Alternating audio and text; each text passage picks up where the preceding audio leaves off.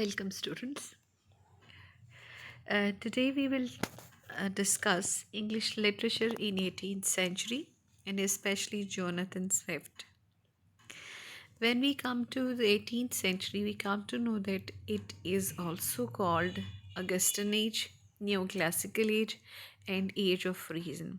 There are certain causes, there are certain reasons कि जिनकी वजह से 18th century को ये particular names दिए गए हैं. वो कौन सी reason है वो उनको हम देखते हैं कि why 18th century is called Augustan Age and why it is called Neoclassical Age and why it is called Age of Reason. तो जहाँ कहीं पर भी इन तीन में से कोई एक टर्म यूज़ की जा रही हो तो यू मस्ट नो कि ये 18th century की बात हो रही है. ना कम टू द पॉइंट कि क्यों इसको ऑगस्टन एज कहा जाता है. There were writers who were involved in self-conscious imitation of the original Augustan writers. ये जो Augustan writers हैं वर्जिल हॉरेस इनको इमिटेट करते थे, इनके स्टाइल को इमिटेट करते थे, इनकी थीम्स को इमिटेट करते थे. तो उस सब्जेक्ट मैटर स्टाइल के साथ जो लिखते थे, इमिटेट करते थे, इनका अपना जो पर्टिकुलर स्टाइल था उससे हटकर जो है ये जो इमिटेशन कर रहे थे इन ऑगस्टन राइटर्स की, उसकी वजह से भी इसको ऑगस्टन एज कहा जाता है, जिसमें कि अलेक्जेंडर पोप जो है वो बहुत ज़्यादा इसमें फेमस है. Next comes new classical age. New classical age इसको क्यों कहा जाता है कि जो टर्म क्लासिक है that was used for the writers of Greece and Rome, के जो ग्रीस के रोम के राइटर्स हैं उनके लिए यूज़ किया जाता है कि दे वर क्लासिकल राइटर्स, उनको क्लासिकल राइटर्स कहा जाता था. तो जो इंग्लिश में है यानी इंग्लैंड में जो कोई भी राइटर्स उनके इन्फ्लुएंस से या उनको देखते थे, उनके स्टाइल से इन्फ्लुएंस होते थे, उनके स्टाइल को कॉपी करते थे, उनके स्टाइल को अडॉप्ट करते थे, तो उनको उस वजह से उस एज को, उस पर्टिकुलर एज को नियो क्लासिकल एज कहा गया है. Next come age of reason. Why it is called age of reason? Because जो English literature in 18th century है उसके जो व्यूज़ हैं they were based on rationality, clarity, order and decorum. इसका एक डिकॉरम है, वो डिकॉरम आगे जाके हम उसकी थोड़ी सी डिटेल भी पढ़ेंगे. And for general truth rather than particular insights. इसमें ट्रूथ के ऊपर एम्फेसाइज़ किया जा रहा है, क्लैरिटी के ऊपर एम्फेसाइज़ किया जा रहा है, यानी कि कोई चीज़ें छुपाई नहीं जा रही हैं. Everything is clear and vivid here in this age. तो इसलिए इसको एज ऑफ रीज़न कहा जाता है. उसके बाद ये भी कहा गया है कि दिस 18th सेंचुरी लिटरेचर जो है it can be studied in 3 main divisions. इनको इन 3 मेन डिविजन्स में रखा जा सकता है, जो कि बहुत आप उनको ये कह सकते हैं कि बहुत क्लियर नहीं, बहुत डोमिनेंट डिविजन्स नहीं हैं, लेकिन आप सर्टन राइटर्स को या आप कुछ राइटिंग्स को या कुछ लिटरेचर को आप अगर इन कैटेगरीज़ में रखते हैं तो they can easily be fit in here. उसमें number 1 is reign of so called classicism. इसमें वही बात आ जाती है कि क्लासिसिज्म की तरफ जो है वो जो राइटर्स था उनका बहुत ज़्यादा इंक्लिनेशन था.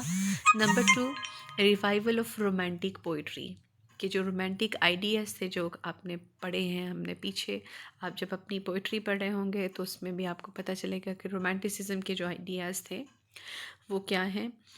उसमें सबसे बड़ी चीज़ जो थी वो तो क्लोज टू नेचर है. तो वो जो रिवाइवल है रोमांटिक पोइट्री का वो किस तरह से यहाँ पर आया, वो कहाँ कहाँ आपको नज़र आ रहा है. Number 3 beginning of modern novel, कि जो पीछे नावल चलता चला आ रहा था कि उसकी एक स्पेसिफ़िक उसका स्टाइल था, तो यहाँ पर आपको थोड़ी सी उससे आपको नावल जो है वो हटता हुआ नज़र आएगा. और आप यूँ समझ लीजिए कि 18th सेंचुरी नावल जो है that is the basis of modern English novel, कि जो हम आज इंग्लिश नावल्स पढ़ रहे हैं मॉडर्न, उनकी जो इब्तिदा है या उनकी जो बेस बनी है वो 18th सेंचुरी में बनी है. तो 18th सेंचुरी में ये बहुत सारी चीज़ें जो हैं वो इंडक्ट हो रही हैं आपके लिटरेचर में. Now come to the main characteristics of 18th century literature. वो कौन सी मेन कैरेक्टरिस्टिक्स हैं उसमें हम देखते हैं. Number 1 the 18th century is called age of prose rather than age of poetry, कि इसमें सबसे ज़्यादा जो काम है वो प्रोज पर हुआ है। उन प्रोज में आपको पता है कि कोई भी चीज़ जो कि पोइट्री नहीं है, दैट इज़ कॉल्ड प्रोज। यानी कि एक छोटी सी एक शॉर्ट डेफिनेशन जिसको आप कह सकते हैं कि वो इस तरह से हम लेते हैं कि जो पोइट्री नहीं है वो प्रोज है। तो प्रोज में आपके जो हैं वो ड्रामास भी आ जाते हैं, आपके नॉवेल्स भी आ जाते हैं, आपके एसेस भी आ जाते हैं, आपका क्रिटिसिज्म भी, मतलब ये सब चीज़ें जो हैं वो आपकी प्रोज में आ जाती हैं। तो जो 18th सेंचुरी आप देख लीजिए कि प्रमोशन हो रही है उसमें, इंग्लिश नॉवल जब उसमें आप समझ लीजिए कि उसकी बेसिस बनाई जा रही है, उसमें जो आपके जो क्रिटिक्स हैं, जो आपके जो एसेस हैं, बहुत सारे जो हैं वो आगे आ रहे हैं और नए स्टाइल के साथ आ रहे हैं, तो हम ये कह सकते हैं कि it is the age of prose rather than age of poetry. तो ये उसका मेन एक कैरेक्टरिस्टिक है। Next characteristic is its harmony in precision, कि आपको यहाँ पर जो आपके राइटर्स हैं उसमें बहुत ज़्यादा हार्मनी मिलेगी और वो प्रिसाइज बात करेंगे। यानी इसमें आपको सिमिलीज और मेटाफर्स भी बहुत मिलेंगे, सिम्बलिज्म बहुत ज़्यादा मिलेगा आपको। तो यहाँ पर आपको राइटर्स इलेबोरेटेड और डिटेल्ड चीज़ों की बजाय आपको प्रिसीजन में लेकर के जाएंगे और बड़ा हारमोनियस किस्म का वो आपको वो एक piece of literature, piece of writing देंगे। उसके बाद ऑर्डर एंड क्लैरिटी है, यानी कि कोई एम्बिग्विटी आपको नज़र नहीं आएगी। जो whatever the writer is looking at in the society, whatever he can see, he will show it to you as well. जो कुछ वो देखेगा वो आपको दिखाएगा और वो कुछ भी हाइड नहीं करेगा। He will never hide anything from you, from the readers. जो कुछ उसके सामने है he will present it to you, बहुत क्लियरली उसको बताएगा। एज ऑफ टाउन लाइफ, इसमें जो है वो सोशल लाइफ बहुत ज़्यादा जो है वो प्रमोट हो रही है। लोग जो हैं वो गांव छोड़कर शहरों की तरफ आ रहे हैं। तो जो टाउन लाइफ है, आपकी अर्बैनिटी है, वो बहुत ज़्यादा डेवलप हो रही है इस एज में, 18th सेंचुरी में। Next is imitation of classical models. ये हम पीछे भी बात करें कि जो हमारे क्लासिकल मॉडल्स हैं, जो हमारे क्लासिकल राइटर्स हैं, तो उनकी उनकी जो है इमिटेशन यहाँ पर बहुत ज़्यादा की जा रही है। और नेक्स्ट इज़ इन वर्स, जो हेरोई कपलेट है यहाँ पर बहुत ज़्यादा, यहाँ पर हमें कॉमन नज़र आता है। जैसे आप अलेक्जेंडर पोप जब पढ़ते हैं तो आपको पता चलेगा कि उसमें हेरोई कपलेट जो है वो उसमें उन्होंने काम किया है उसके ऊपर। And in prose essay and satire जो है वो बहुत ज़्यादा इसमें स्टाइल में इन्वॉल्व राइटर्स जो हैं वो हम नज़र आते हैं। Next is nature is the true model and standard of writing. जैसे कि हमें रोमांटिक पोइट्री में नज़र आता था कि जो राइटर्स थे, जो पोइट्स थे, वो नेचर की तरफ जो है वो इंक्लाइंड हुए हैं, नेचर की तरफ वो ज़्यादा डाइवर्जन उनकी हुई है। उनको लगता है कि जो भी कोई आप लिखना चाहते हैं या आपकी जो इनवर्ट फीलिंग्स हैं वो उसी सूरत में बाहर आती हैं when you are close to nature. तो यहाँ पर नेचर जो है वो फ़र्क है, लेकिन जो नेचर यहाँ पर हमें 18th सेंचुरी में नज़र आएगी, that is very much different from that of Romantics की जो नेचर है उससे डिफरेंट नज़र आएगी। कि यहाँ पर nature is taken as a rational and comprehensible moral order in the universe, कि खुदा ने जो यहाँ पर बनाया है उसका एक पर्पज़ है, और वो जो रैशनल और कॉम्प्रिहेंसिबल मॉरल जो नेचर से हम लोग लर्न कर रहे हैं उसको यहाँ पर हमें दिखाया जाएगा 18th सेंचुरी में। Next is style must suit the subject matter, कि इसमें जो आपका सब्जेक्ट मैटर है it will decide the style of the writer, कि जो आपका सब्जेक्ट मैटर है उसकी वजह से आपका स्टाइल जो है वो डिफ़र हो सकता है। यानी आप किस चीज़ पर लिखने जा रहे हैं, आप वो जो सब्जेक्ट मैटर है वो किस नौइयत का है, वो सीरियस है या वो सिर्फ अम्यूज़मेंट के लिए है, वो किस चीज़ के लिए है। तो उसको आगे हम मज़ीद इसमें क्लियर करते हैं नेक्स्ट पॉइंट में, when we come to know that art must both delight and instruct, कि जो आप पीस ऑफ लिटरेचर या पीस ऑफ राइटिंग आप करने जा रहे हैं, तो वो जो आर्ट है उसका सिर्फ़ और सिर्फ एक पर्पज़ नहीं होना चाहिए फॉर डिलाइट, बल्कि उसके दोनों पर्पसेस होने चाहिए एट द सेम टाइम। उसको आपको अम्यूज़ भी करना है, आपको डिलाइट भी करना है और आपको इंस्ट्रक्ट भी करना है। जैसे आप अगर पोइट्री में जाते हैं, अलेक्जेंडर पॉप इसकी बहुत ज़बरदस्त एग्ज़ाम्पल है। और अभी जब आप प्रोज़ में आते हैं तो हम गलिवर्स ट्रेवल्स पढ़ने जा रहे हैं अभी इसके बाद से। तो ये दोनों चीज़ें हमें बहुत अच्छे से सिखाती हैं कि उसमें गलिवर्स ट्रेवल्स में आपको डिलाइट भी मिलता है, आपको इंस्ट्रक्शंस भी मिलते हैं, यानी कि जो चीज़ें राइटर आपको कन्वे करना चाहता है he can easily convey to you. Next come the sources of influence, के जो आपकी जो मेन कैरेक्टरिस्टिक्स आपने पढ़े हैं या स्टाइल्स जो पढ़े हैं ऑफ दिस 18th सेंचुरी, तो उनके जो सोर्सेज हैं वो क्या हैं। तो सोर्सेज जो हैं वो बहुत ज़्यादा मैटर करते हैं किसी भी पीस ऑफ राइटिंग में। आप किसी भी एज में चले जाएं तो जो राइटर्स होते हैं वो अपनी जो उनके सर्कमस्टांसेस होते हैं, जो इंसिडेंट्स हो रहे होते हैं या जो इवेंट्स हो रहे होते हैं उस पर्टिकुलर एज में, उससे उन बहुत ज़्यादा अडॉप्ट कर रहे होते हैं। वो बहुत सारी चीज़ें, बहुत सारी चेंजेस आ रही होती हैं, उनकी थॉट में आ रही होती हैं, उनके स्टाइल में चेंजेस आ रही होती हैं। तो वो सारी चीज़ें जो उससे अडॉप्ट कर रहे होते हैं। तो यहाँ पर 18th सेंचुरी में जो है वो सडन और चेंजेस जो आ रहे थे उनकी वजह से राइटर्स जो हैं उनके अंदर बहुत सारा चेंज हमें देखने को मिलता है। उसमें जो सबसे पहला जो चेंज हमें सोर्स इन्फ्लुएंस नज़र आता है वो ये है, जो हमने पीछे भी बात की है कि people were coming to the towns life. तो उसमें है rapid development of social life. Rapid development of social life में क्या था कि coffee houses and private clubs were made. ये चीज़ें जो हैं वो प्रमोट की जा रही थी। जैसे अगर आपको पता हो, पार्क टी हाउस का लाहौर में कभी हुआ करती थी, जहाँ पर आपके जितने भी राइटर्स हैं, ये मंटू साहब हो गए, अशफाक अहमद साहब हो गए, जितने भी आपके जितने भी स्कॉलर्स आपके थे, जो राइटर्स थे, बड़े बड़े नाम, सब ये लोग पार्टी हाउस में जाकर बैठते, वहाँ पर डिस्कशन करते और वहाँ पर जो है वो सब्जेक्ट मैटर को और जो प्रेजेंट सिचुएशंस होती थी उनके ऊपर डिस्कशंस की जाती थी। तो बिल्कुल आप समझ लीजिए कि ये जो कॉफ़ी हाउसेस और प्राइवेट क्लब्स थे वो बिल्कुल उसी तरह का सॉर्ट थे, बस उसी तरह की जगह थी कि जहाँ पर डिस्कशंस वर मेड। वहाँ पर वो आर्ग्यूमेंट्स किए जाते थे, डिस्कशंस किए जाते थे और फिर उसके बाद उन डिस्कशंस में से जो लिटरेचर का सब्जेक्ट था वो उसको डिवाइस किया जाता था, उसको निकाला जाता था, एक्सट्रैक्ट किया जाता था उसको।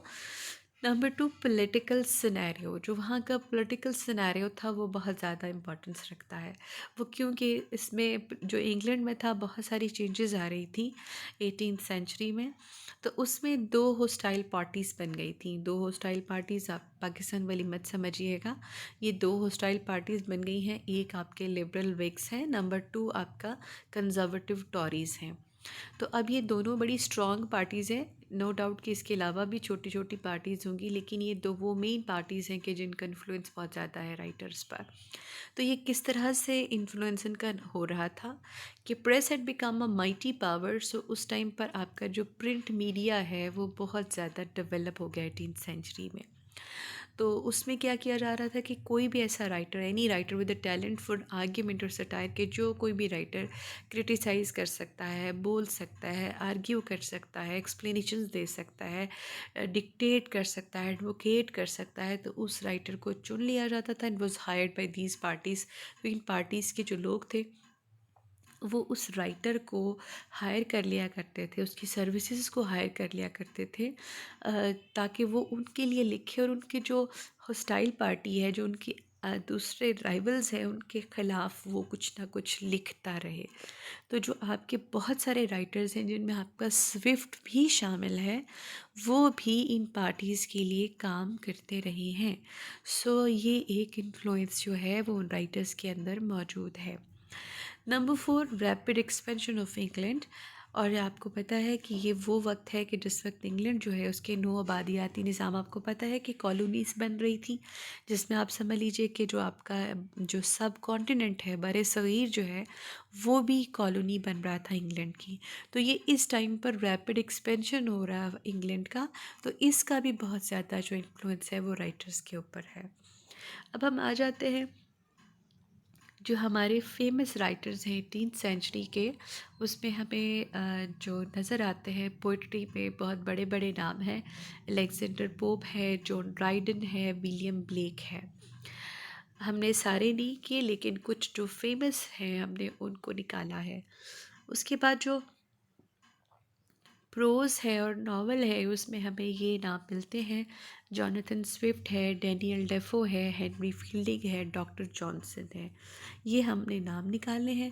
अब इन नामों में से इस वक्त जो हमारा फ़ोकस, चूँकि हम प्रोज़ पढ़ रहे हैं, तो हमारा फ़ोकस जो है इसमें से, हम चूँकि गलिवर्स ट्रेवल्स पढ़े जॉनथन स्विफ्ट की, तो हमारा जो फ़ोकस है वो जॉनथन स्विफ्ट का है, जिसको हम बहुत शॉर्ट इसमें हम इसको इंट्रोड्यूस होंगे इससे कि हु वाज जॉनथन स्विफ्ट और किस किस्म का उसने काम किया है।